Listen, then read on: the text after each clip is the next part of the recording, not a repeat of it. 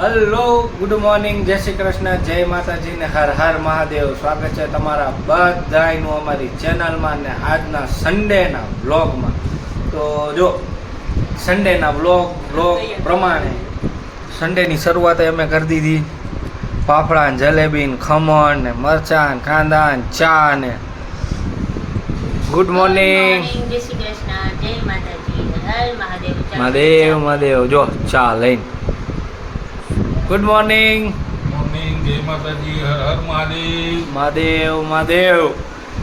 Good morning Ranjanben. Good morning, જય શ્રી કૃષ્ણ, જય માતાજી. કા હોમલા આટલા બધા હોમલા નહીં જો વિડિયો લાગે કોઈ આમ હોય કે માથું ઓરવા ગયા. ગુડ મોર્નિંગ, જય શ્રી કૃષ્ણ, જય માતાજી. હાલો મમ્મી, ખાવું નથી. મમ્મી આજ રીહાણા હે અમારા.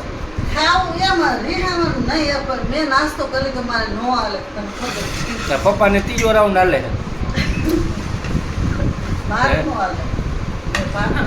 તારે માર પેલો જ છે. બરાબર, સારું. હાલો પછી ખાઈ લઈ મસ્ત. મને બહુ આજે છે ને ઈચ્છા થાય છે બધું ખાવા, એટલે ખાઈને પછી વાત. વાગવામાં થઈ ગયા છે 5 અને જો બધા ઉઠીને નવરા થઈ ગયા. અને જો કે સૂતા તો કોઈ નહોતા, આજ તો કેવલને રજા હતી ને એટલે પપ્પાને મમ્મીએ થોડીક વાર આરામ કર્યો. હું ને કેવલ તો બેઠા હતા, બધું થોડું ડિસ્કશન કરવાનું તે બધું કરતા હતા.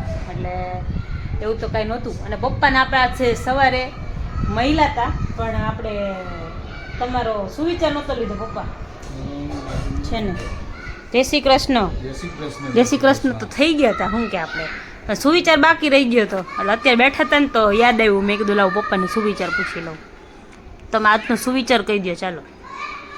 સુવિચારનું આ દેખાવને ચાહનારાનો જમાનો છે. દેખાવને ચાહનારાનો જમાનો છે. વિચારોને કોણ પૂછે છે? દેખાવવાળાના 150 લાઈક હોય, વિચારોને 4 થી 5 લાઈક મળે. સાચી વાત છે. એટલે જે છે એ વિચારનું જ છે, દેખાવનું નહીં એમ. હા, દેખાવવાના જમાનો બદલી ગયો. એટલે બધા દેખાવને જ જોવે છે, વિચારને કોઈ નથી જોતું. વિચારને કોઈ નથી જોતા. સાચી વાત છે. આજકાલ જમાનો એવો જ છે. જો કંઈ વાંધો નહીં. તો જો મમ્મી છે ને, મમ્મા બાજુમાં એક સત્સંગ હતો ને ત્યાં ગયા હતા આજે. કેમ કે અમારી સોસાયટીમાં છે ને એક મંડળ છે, એટલે છે ને બધા સત્સંગ તમે રોજ સાંભળો છો, નીચે અવાજ આવતો જ હશે તમને. એટલે સત્સંગ કરતા હોય ઘણીવાર, એટલે એ લોકો જો કે ઘણીવાર નહીં, એટલે રોજ સત્સંગ કરે છે. સત્સંગ કરે એટલે નીચેથી અવાજ આવતો હોય. એટલે રોજ હમણાં છે ને આ શ્રાદ્ધ ને બધું ચાલે છે ને, એટલે રોજ કોકની ઘરે છે ને સત્સંગ હોય. એટલે બધી લેડીઝો બધા રોજ સત્સંગ કરે એમ. એટલે અમારે નીચે એપાર્ટમેન્ટમાં જ કરે છે. પણ કેવું કે આમ અમે કંઈક ને કંઈક કામમાં આવે. બપોરે એ લોકો 5 સાડા 5 કરે, એટલે 6 સવા 6 અમારે રસોઈ બનાવવાની થાય. તો 6:30 પોણા 7 વાગ્યા સુધી એ લોકોનો સત્સંગ ચાલતો હોય. એટલે પછી અમે રસોઈ બનાવતા હોય ને એટલે પછી ન જાય એમ. ઉપર અમારે સંભળાતું જાય, એ લોકો ગાતા હોય ને, એટલે નીચે ન ઉતરીએ એમ. એવું છે. તો જો મમ્મી છે ને એને એવું રસોઈ બનાવવાની આજે કે હું બનાવું છે એમ.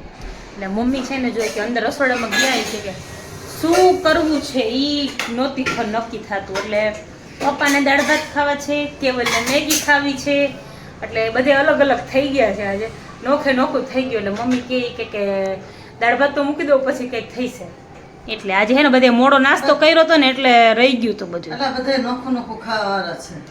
આજે ભાત ખાવાય, મેગી ખાવી. રવિવાર હોય એટલે એવું જ હોય. નક્કી જ ન હોય. રવિવારે અમારે નક્કી જ ન હોય શું હોય. કીધું દાળ ભાત મૂકી દો, હા.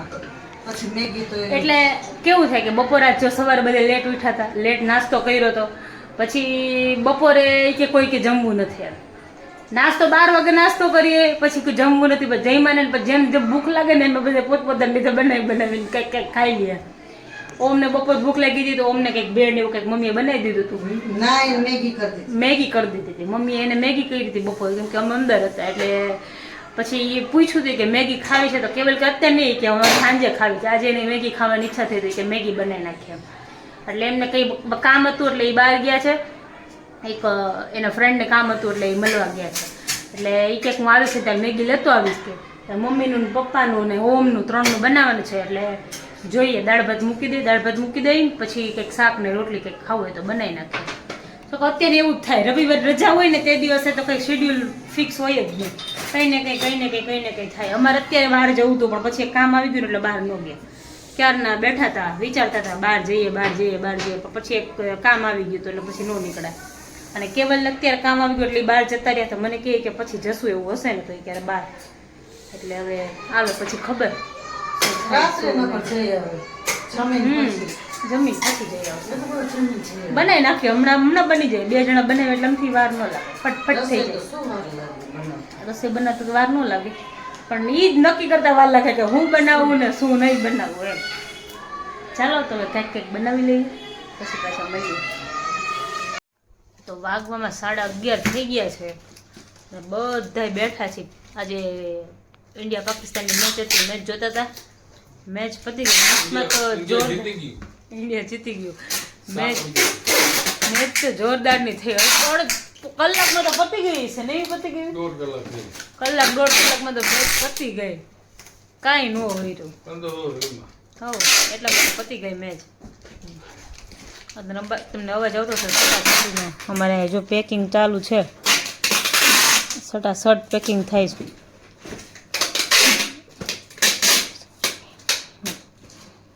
બધાય બેઠા છે, બધાય જો.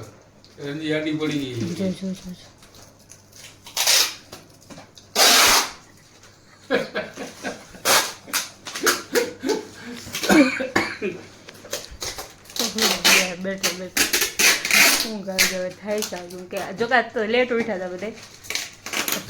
થોડી ઘણી તેમ સૂતા ન હોય એટલે આવી જાય ને ત્યાં. બપોરે સૂતા ન હોય એટલે કેટલી ટેપુ મારશે શું કરી હવે આ વસ્તુ જેવી થઈ ગઈ. એવું છે જો. પરિસ્થિતિનું રચાણ. પતી ગયું હવે? હે? પતી ગયું કે હજી બાકી છે? હે બાકી છે પણ હવે માલ પૂરો થઈ ગયો. સરસ કહેવાય. ચાલો તો હવે શું કરવાનું? ઓનલાઈનના ભરોસા એટલે જ નથી રહેતા. હે ઓનલાઈનના ભરોસા એટલે ન હોય. કેમ? હોય તો કાંઈ ન હોય તો માલ કેટલો માલ હોય તો માલ ઘટી જાય.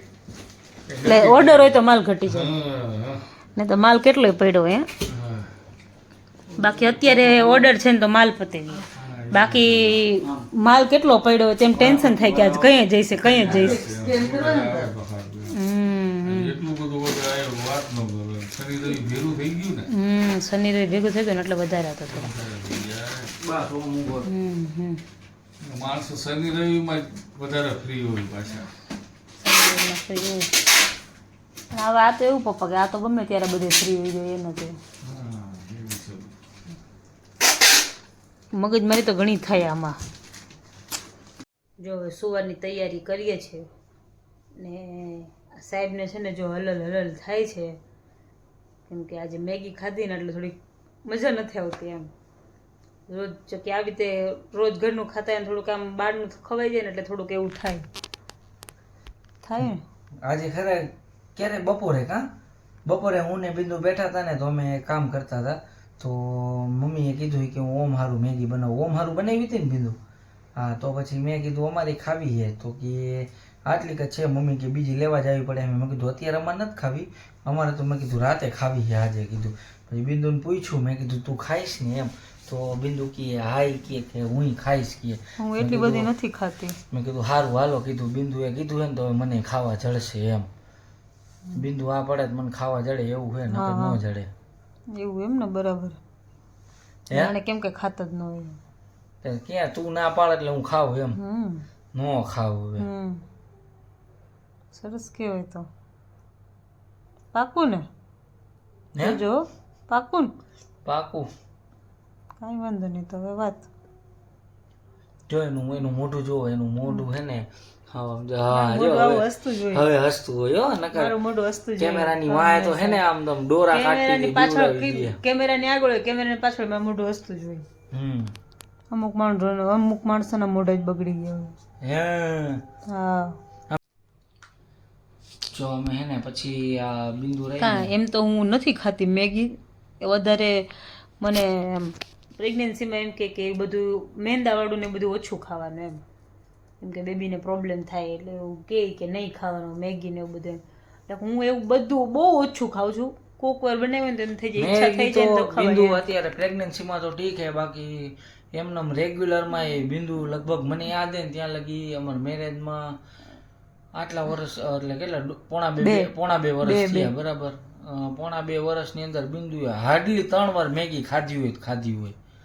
બાકી બિંદુ ઈ ઓછું ખાય.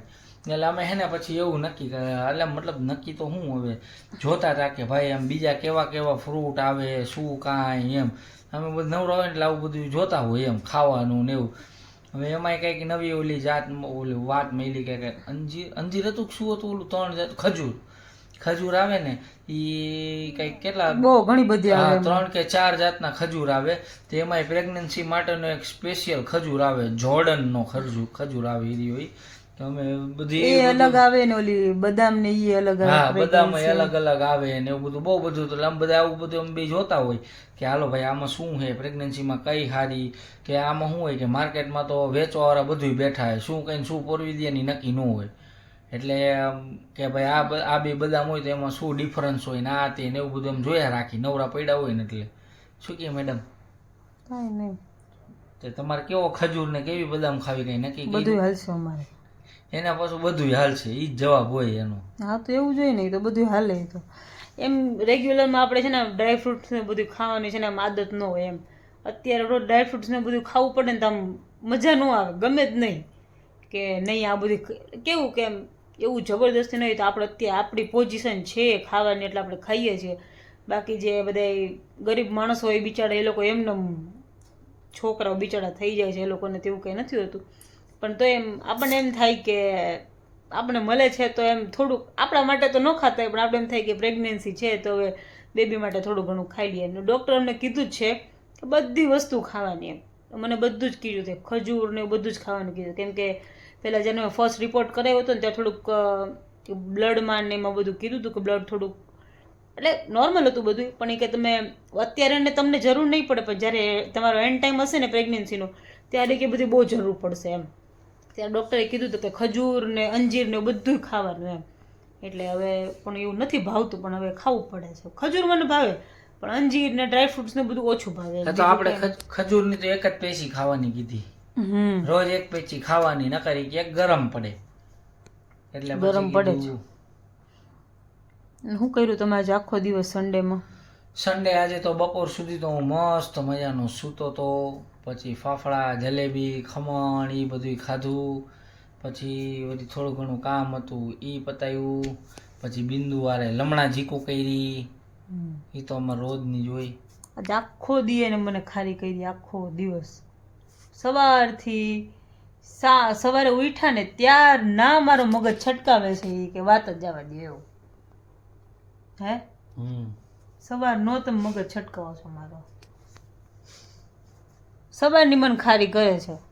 અત્યારે જ્યારે પેકિંગ કરતા હતા ને ત્યારે એને મને ખારી કર્યા છે. એમાં એવું હે કે હે ને આરી સાચું કહું ને તો આ બિંદુ હોય ને ભેગી એટલે આમ બાઈજા વગર હે ને હક ન થાય. મગજ છટકાવે એટલે શું બોલ બોલ એવું કરે નથી. એટલે આપણું અને કામ મને છે ને નીકળી જાય. હમણાં આમ વધારે ઓલું આમ થઈ જાય છે, વધારે ગુસ્સો ને એવું બધું અત્યારે વધારે આવે. જો કે થાય મૂડ સ્વિંગ થાય, ડૉક્ટરે કીધું છે. પણ હવે આ કેવલનું કેવું, મને જેમ ગુસ્સો આવે ને મને વધારે ગુસ્સો અપાવે. એટલે મને બહુ ચીડ ચડે, બીજું કંઈ નહીં. પણ એને જાતે કરીને બધું કરે, એને હે ને આદત થઈ ગઈ છે, બીજું કંઈ નથી. મને ઊંઘ આવે બિંદુ. એ તમારા ઉપર આવ્યું એટલે તમને ઊંઘ જ આવશે, હુઈ જાવ તો.